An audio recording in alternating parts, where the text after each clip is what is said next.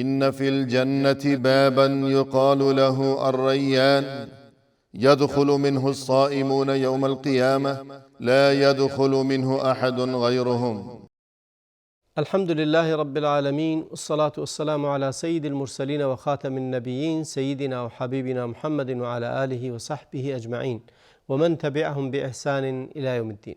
با سلام و درود خدمت شما بینندگان عزیز. براتون قبولی آرزوی طاعات و عبادات رو دارم. چند روزی از ماه مبارک رمضان گذشته است و لحظه لحظه پربرکت و فیض این ماه رو همه شما امیدوارم لمس کرده باشید، حس کرده باشید چه برکت و حس بسیار متعالی در این ماه وجود داره و دل انسان چقدر سبک می شود، روح انسان چقدر سبک می شود وقتی که در این ماه قرار می گیریم و همه اون غم و غصه و اندوه و ناراحتی هایی که داشتیم کنار می رود و با روزه گرفتن و نماز خوندن و قیام و دعا و ذکر و اذکار این روح خسته رو که در طول سال اون رو خسته کرده ایم باری از دوشش برداشته می شود و سبک می شود. سعی کنیم که روزه هامون رو درست بگیریم. برنامه امروزمون که میدونید بهشت و این که روزه راهی برای رسیدن به دخول بهشت هست و دری از درهای بهشت با روزه میسر می شود.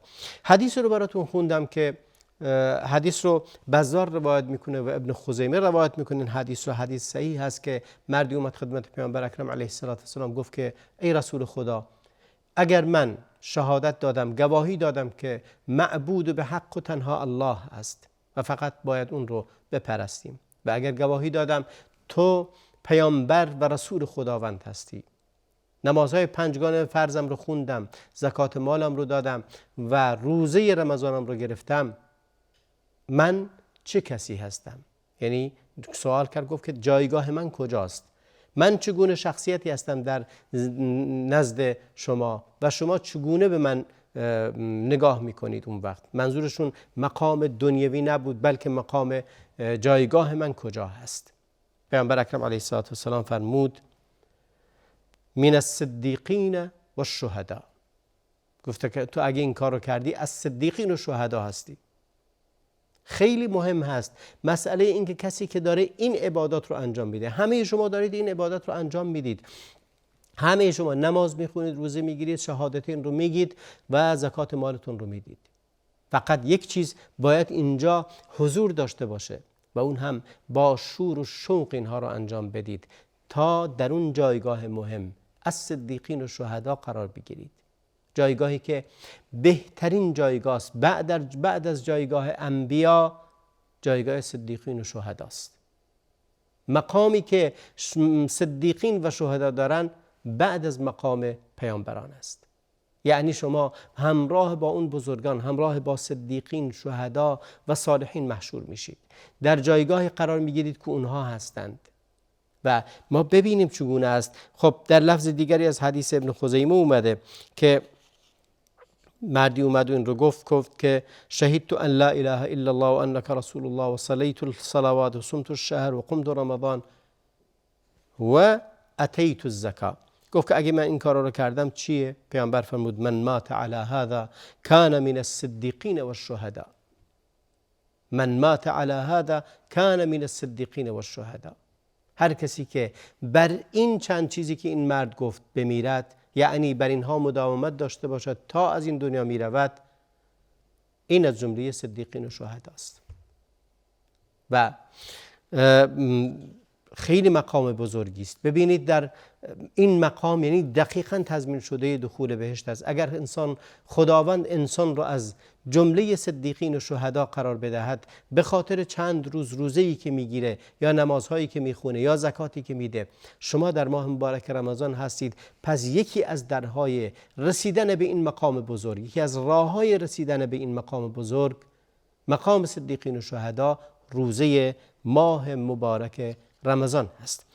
در روایت دیگه در شرح این روایت خود ابن خزیمه یک مقاله‌ای دارد، حرفی دارد که میگه کسی که این صفت رو داره، یعنی شهادتین رو میگه اشهد ان لا اله الا الله و ان محمد رسول الله، نمازش رو میخونه، روزش رو میگیره، زکاتش رو میده، این شخص در واقع میگه استحقاق و قائمتی اسم صدیقین و شهدا، شایستگی این رو پیدا کرده است که در لیست صدیقین و شهدا قرار بگیره، که در سرلوحه صدیقین بعد از پیامبران حضرت ابوبکر صدیق است و بعد از اون انسان‌های بزرگی که شما در تاریخ دیده اید که نقش آفرینی کرده اند و جایگاه بارزی دارند.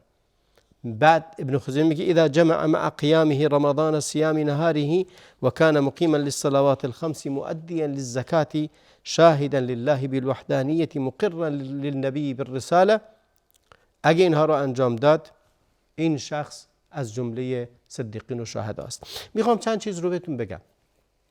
کلمه صدیقین یعنی کسی که بسیار راستگو است، یعنی کسی که هرگز دروغ نگفته است، یعنی کسی که رفتارش با گفتارش یکی است، یعنی کسی که به آنچه که میگوید عمل میکند، یعنی کسی که از اون هیچ موضع گیری دروغی دیده نشده است.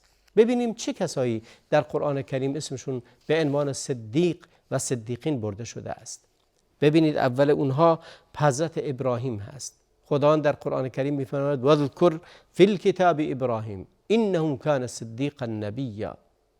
میگه در قرآن بخوان داستان ابراهیم رو که از جمله کسانی صدیقا نبیا، انسان صدیقی بود و نبی بود، یعنی بسیار راستگو بود، بسیار درستکار بود، یعنی حرفی که میزد به اون عمل میکرد، حرف خلاف حق نمیزد، موضع گیریاش همه موضع گیری های درست بود. شما اگر داستان حضرت ابراهیم رو بدونید این گونه هست. بعد از اون در مورد حضرت ادریس میفرماید انه کان صدیقا نبیا واذکر فی الکتاب ادریس انه کان صدیقا نبیا. باز در مورد ادریس میفرماید بخون داستان اون رو، اونم صدیق بود و نبی بود. و در مورد حضرت یوسف هم خدا میفرماید از اینکه وقتی که در اون پادشاه مصر اون خواب رو میبینه، دوستی که باش بوده تو زندان میاد پیشش میگه یوسف ایها الصدیق، ایها الصدیق، یوسف ای راستگو و درستکار. این وصف رو همینطوری گزاف گفته نشده، در اون شخص کاملا این وصف پیداست و کسی است که بیدرنگ همیشه حق رو تأیید میکنه، بیدرنگ همیشه وفادار به حقه و چیزهای باطل رو دوری میکنه، همیشه در جایگاهی قرار میگیره که جایگاه درست است و ظلم و خیانت و تجاوز ازش صادر نمیشود. خیلی مهم هست انسان بیادش باشد که چه موضع گیری کرده است. صدیق اون کسی است که باید موضع گیریش بر طبق حق و حقیقت باشد، این گونه صدیق می شود و بیدرنگ حق رو بپذیرد و به اون گردن بنهد. و باز در قرآن کریم در مورد مریم، حضرت مریم مادر حضرت عیسی، خداوند فرمود و امه صدیقه، مادر عیسی صدیقه هست، یعنی بسیار بسیار راستگو. اینها رو اگر میبینید در میان قومشون به دیده اتهام بهشون نگاه شده یک مرحله. خداوندم برای براءت از اون صفت بدی که بهشون دادن صفت صدق رو بهشون داده. به مریم، حضرت مریم قومش تهمت دادن که این بچه رو از کجا آوردی. خداوند گفت که و امه صدیقه، مادر عیسی صدیقه هست، بسیار راستگو و درستکار هست. در مورد حضرت یوسف باز هم تهمت زدن و خداوند فرمود به زبان اون کسی که همراهش بود گفت که یوسف ایها الصدیق. و همچنین حضرت ابراهیم و حضرت ادریس. اما در میان امت محمد علیه السلام معروف هست که حضرت ابوبکر صدیق و این لقب صدیق بودن به ایشون داده شده است و در روایات اومده است چون پیامبر اکرم علیه السلام فرمود اسلام رو بر هر کسی عرضه کردم درش تردد و شک بود. ابتداءً رفت گفت فکر کنم ببینم چی میشه، ببینم چی نمیشه و تحلیل و تجزیه و بررسی و نشست برای فکر کردن طول میکشید تا اسلام بیاره. حالا لحظاتی، ساعاتی، ایام و روزهایی یا ماهایی طول میکشید تا کسی ایمان بیاره. اما میگه مگر ابوبکر صدیق که اسلام رو بر اون عرضه کردم بیدرنگ پذیرفت و تنها این موقف هم نبود، در همه موارد دیگری که وقتی پیامبر اکرم علیه السلام هر چی رو میگفتند بدون مناقشه میپذیرفت و اینقدر یقین داشت و اینقدر تصدیق کننده اون باورها و اون افکاری بود که پیامبر اکرم علیه السلام عرضه میکردند، به لقب صدیق، به مقام صدیقی نائل اومد. و ببینید این بسیار مهم هست که ما این گونه نگاه کنیم و این مقام بزرگی که به خاطر روزه گرفتن بهش میرسید. شما اگر روزتون رو درست بگیرید به مقام صدیق بودن میرسید که مقام بسیار والایی هست. تنها این هم نیست، به مقام گواه بودن و شاهد بودن و شهدا هم خواهی رسید. پس باید حتما همت رو بیشتر از هر وقت دیگری عزم جزم کنیم بر اینکه روزمون رو کامل بگیریم، خوب بگیریم، درست بگیریم و کوتاهی نکنیم. چنین مقامی به آسانی به دست نمی آید مگر اینکه کسی همت کند، ذره اندکی همت کند، به این آسانی هم به دست می آید. وقتی خداوند این رو مهیا کرده است، قبلا وقتی که می گفتند مقام شهید این هست، مقام صدیق این هست، کسی فکر می کرد که بسیار بسیار سخت است، اما خداوند چنین آسان فرموده است. شهادتین تو درست بگو و به اون عمل کن و سپس نماز و روزه و زکات تو که دادی جزو صدیقین و شهدا هستی. اگر مرتبه آدمیان رو نگاه کنید، مرتبه بالای بالا انبیا هستند، سپس صدیقین هستند، سپس شهدا و آخرین هم صالحین. ببینید چقدر مهم هست که شما حتی از مقام صالحین هم بالاتر می روید. با گرفتن روزه ماه مبارک رمضان و درست گرفتن اون روزه‌ای که نه تنها از خوردن و آشامیدن امتناع کنی، بلکه از خوردن و آشامیدن و کلام لغو و بیهوده و هر چیزی نادرستی که بر نادرستی اون شریعت سقه گذاشته است و باید تابع اون باشیم و اون رو ترک کنیم. ببینیم این مقام بزرگی که وجود داره، این مقامی که خداوند میدهد به کسانی که درست روزه میگیرند و جایگاهی که جایگاه صدیقین هست به اینها داده شده است. در قولی از مجاهد میگه که من ترک لله فی الدنیا طعاما و شرابا مدة یسیره عوضه الله عنه طعاما و شرابا لا ينفد ومن ترك شهوته عوضه الله في الجنة ازواجا لا يمتن ابدا. این خیلی مهم هست. ما ساعاتی رو و ایامی رو از خوردن و آشامیدن امتناع میکنیم، خداوند بهشتی رو نصیبمون میکند که خوردن و آشامیدن اون حالا در کیفیتش قابل تصور نیست و در مدتش هم پایانی ندارد. کسی که جلو شهوتهای خودش رو میگیره مدت کوتاهی، خداوند در روز قیامت بهترین و لذت بخشترینش رو به او خواهد داد و برای همیشه. پس ببینید خداوند چه اجری به انسان میدهد. حالا گذشته از این که آثار بسیار بسیار زیادی برای روزه وجود دارد که در هر جا میشه تصورش کرد که این چه تأثیراتی برای سلامت جسم ما و بقیه مسائل دیگری دارد. ببینید من در قرآن کریم چگونه بحث صدیقین رو میکنه. میفرماید والذین آمنوا بالله و رسوله اولئک هم الصدیقون والشهداء عند ربهم لهم اجرهم و نورهم. خیلی مهم است این که خداوند کسانی که ایمان به خدا و رسول خدا دارند اینها صدیقین و شهدا هستند. الذين آمنوا بالله و رسوله اولئک هم الصدیقون والشهداء هم الصدیقون والشهداء عند ربهم لهم اجرهم و نورهم. هم اجر دارند هم نور دارند. وقتی که میفرماید لهم اجرهم و نورهم یعنی بسیار درخشان هستند، بسیار روشن هستند، بسیار عالی و متعالی هستند، تاریک نیستند، بسیار منورند. یا در آیه دیگری که فرمود و من یطع الله و رسوله والرسول فاولئک مع الذین انعم الله عليهم من النبيين والصديقين والشهداء والصالحين وحسن اولئک رفیقا. خیلی عالی است که ما رفیق اینها باشیم که میفرماید کسی که اطاعت کند از خدا و از رسول خدا، هر کسی این کار کنه مع الذین، انعم الله علیهم، همراه کسانی است که خداوند نعمت بهشون داده، خداوند نعمت زیادی انعم الله علیهم، نعمت فراوانی به اونها داده است. کیا هستند اینها؟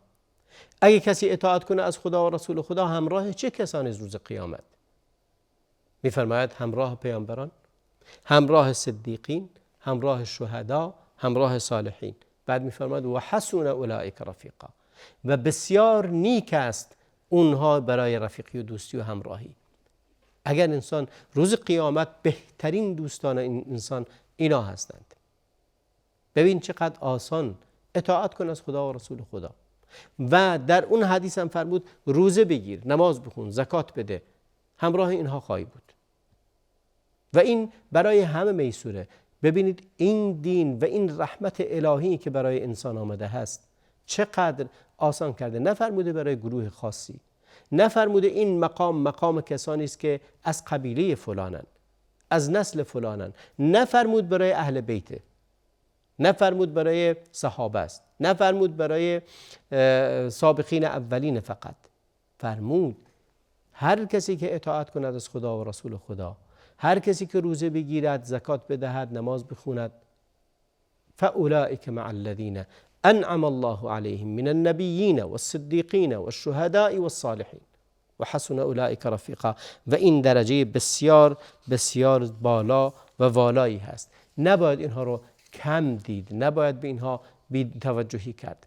شهدا در اینجا مقصود فقط این نیست که کسی که یعنی کشته می شود، گرچه اون هم شهید هست، ولی مقصود از شهدا کسانی است که گواهند بر ملت ها، یعنی به عمل کردشان چنان عمل می کنند که در روز قیامت هیچ حجت و دلیلی و هیچ برهانی برای اونهایی که کوتاهی کرده اند نمی ماند.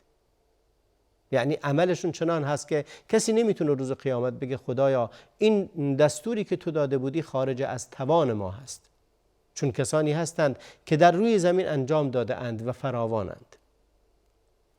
کسانی پیدا نمیشوند که بگویند خدای ما نمیدانستیم، چون خداوند شاهدهایی رو فرستاده است، گواههایی رو فرستاده است که بر مردمان گواهی میدهند، از جمله خود انبیا.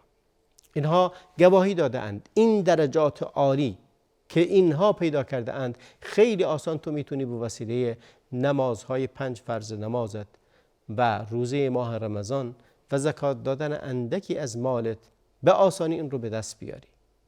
خیلی آسان هست و سعی کنیم که این دروازه و راه میسور و میسری که خداوند برای ما باز کرده است برای رسیدن به بهشت از دست ندهیم. بسیار مهم هست که کوشا باشیم برای اون و این مقام بزرگ رو به دست بیاریم. تا برنامه دیگر همه شما رو به خدای بزرگ میسپارم و صلی الله و بارک علی نبینا محمد و علی آله و صحبه اجمعین.